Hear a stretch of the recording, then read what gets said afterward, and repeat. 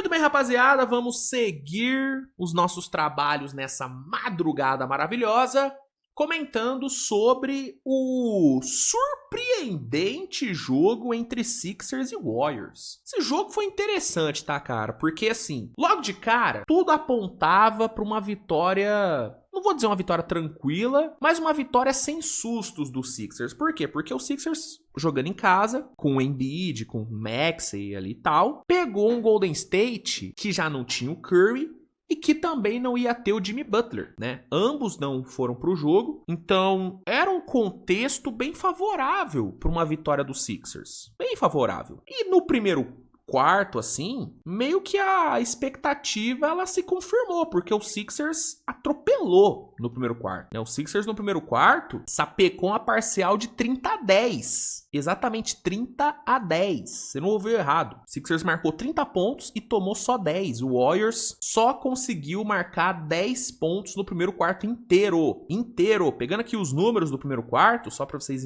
terem noção, o Golden State no primeiro quarto teve 16% de aproveitamento nos arremessos. 16%. Não teve um jogador do Warriors marcando mais de 3 pontos no primeiro quarto. Assim, foi algo desastroso. O Warriors ficou 7 minutos sem pontuar, tá entendendo? Então, a expectativa antes do jogo era de uma vitória tranquila dos Sixers, ou uma vitória sem muitos sustos. E no primeiro quarto, cara, meio que não era mais expectativa, era confirmação. O primeiro quarto terminou e todo mundo tinha a sensação de que, cara, o Sixers vai ganhar fácil isso aí. E aí veio o segundo quarto, o Warriors deu uma melhoradinha, até porque piorar não tinha como, mas o Sixers se manteve melhor, foi pro intervalo vencendo por 56-34. E aí veio um outro baque pro Golden State, que foi a lesão do Draymond Green. Draymond Green não voltou do intervalo, problema no pé. E aí, mano, o que era uma expectativa de vitória pro Sixers virou uma certeza completa. Cara, sem Butler, sem Curry e sem Draymond Green, não tem como o Golden State ganhar. E aí, a sensação que eu tive foi de que o Sixers acreditou nisso. E aí voltou do intervalo já naquela marcha meio lenta, né? Já não tava botando tanta intensidade assim na jogada, já tava meio pau mole. E o Golden State foi ali. Fez um terceiro quartozinho bom, diminuiu o prejuízo. Só que o Sixers permaneceu na liderança no fim do terceiro quarto. E aí veio o quarto período. E aí, meu amigo, com Pat Spencer, jogador de lacrosse, brilhando, com Gui Santos conseguindo cestas importantíssimas no final do jogo, né? As duas cestas que viraram o jogo foram do Gui Santos. Com quem mais indo bem? Enfim, com o banco ali, com os role players ali aparecendo, DeAndre Melton. DeAndre Melton fez a sua estreia hoje na temporada, estreou bem pra cacete, tá? O Golden State simplesmente, irmão, aplicou uma run de 15-2, baixou a diferença pra 5, faltando 5 minutos, e entrando nos 2 minutos finais, o Gui Santos, brasileiro, tupiniquim, virou o jogo com 2 bandejas seguidas. Então, o que era uma vitória certa para Filadélfia virou uma potencial pipocada.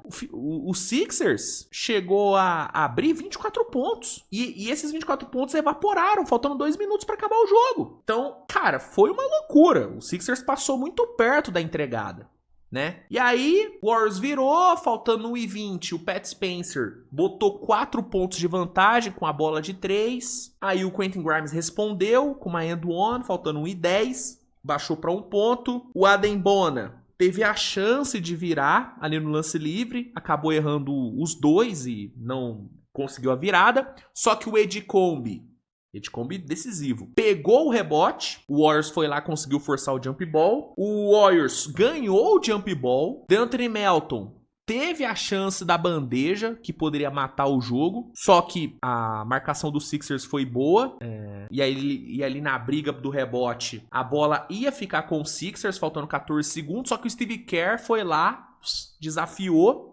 Na revisão, a arbitragem viu que na hora da briga do rebote, depois do Melton errar a bandeja, quem tocou por último foi o Edicombe, uma briga que teve o Gui, o Edicombe e o Adembona. O Edicombe relou por último, a arbitragem deu posse pro Golden State. Então, era um cenário, faltando 14 segundos, Golden State vencendo por um, com a bola. O que é pra fazer nesse cenário? Irmão, cobra o lateral dá a bola na mão do seu melhor cobrador de lance livre, que naquele momento ali poderia ser Buddy Hield, poderia ser DeAndre Melton, poderia ser Seth Curry, né? Tinha várias opções. Pat Spencer, que tava quente no jogo, por que não? Então, bota a bola na mão desse cara, acerta os lances livres e mata o jogo. Era isso que o Golden State tinha que fazer. Era só desenhar uma jogada boa no lateral, botar a bola na mão desse cara e matar o jogo. Só que o Warriors não conseguiu fazer isso. Não conseguiu. O Warriors simplesmente... E ó que teve chance de desenhar a jogada, viu? Porque o Steve Kerr teve umas 3 chances ali de desenhar uma jogada para reposição. Só que mesmo com 3 chances, o Warriors não conseguiu cobrar um lateral decente. Deixa eu ver se eu acho aqui o lance. Cadê? Tô acho que eu não vou achar, cara. Deixa eu ver se eu acho aqui o lance. Seria interessante eu mostrar o lateral pra vocês.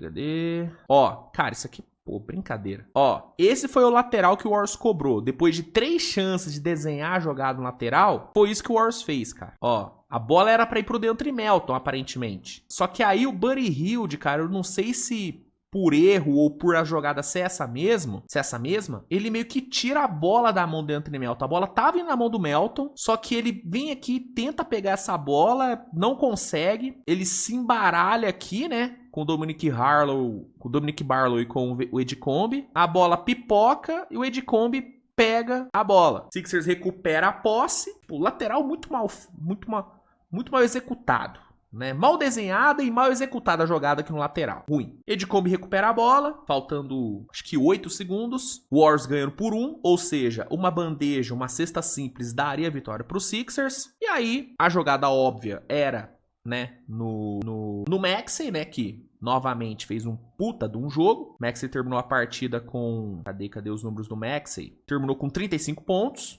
Então era óbvio que a última bola ia na mão dele. E aí a gente teve isso aqui, ó. Essa foi a última jogada do jogo. Maxey com ela.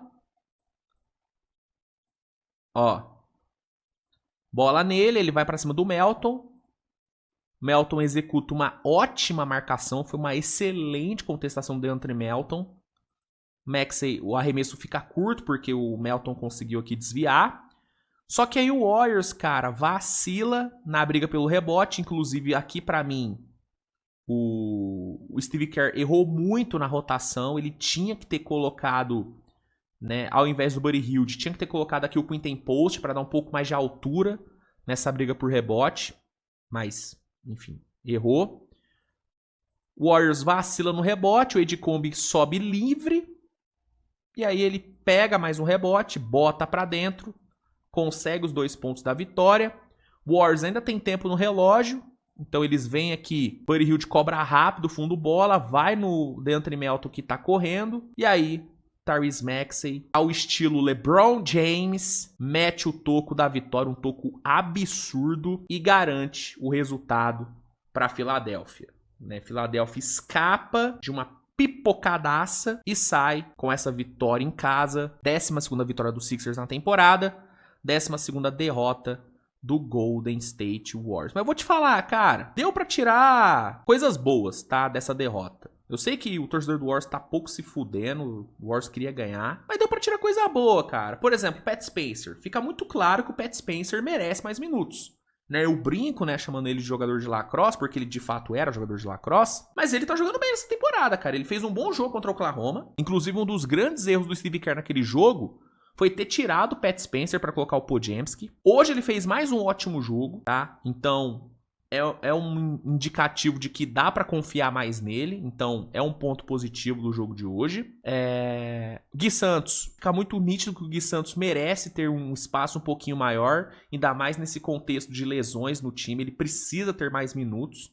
Porque é um jogador que, com a raça dele, com a entrega dele, ele consegue jogadas vencedoras, como foi o caso de hoje. Aparecendo na defesa, conseguindo aquelas 2 cestas maravilhosas que viraram o jogo ali, faltando 2 minutos. Então, o Gui Santos merece mais minutos. Ao mesmo tempo que Kuminga e Podziemski, tá na hora do Steve Kerr repensar e muito a minutagem desses dois, especialmente do Podziemski. Cara, o Podziemski hoje foi uma coisa horrorosa. Uma coisa horrorosa. Ele jogou 20 minutos, gente. Ele acertou 2 arremessos no jogo. 2 arremessos no jogo. Ele teve mais turnovers do que arremessos acertados. Não dá pro Podziemski jogar 20 minutos, gente. Não dá pro Podziemski jogar 20 minutos e pro Will Richard jogar a mesma minutagem. O Will Richard merece mais minutos do que o Podziemski. Pat Spencer merece mais minutos do que o Podziemski. Então o Steve Kerr ele precisa urgentemente mudar essa lineup. Não dá pra ficar usando o Podziemski como titular, mano. Desculpa, não dá. Tira o Podziemski e começa com o Pat Spencer. Pat Spencer tá melhor. E não é que ele tá um pouco melhor. Ele tá muito melhor. Muito melhor, né?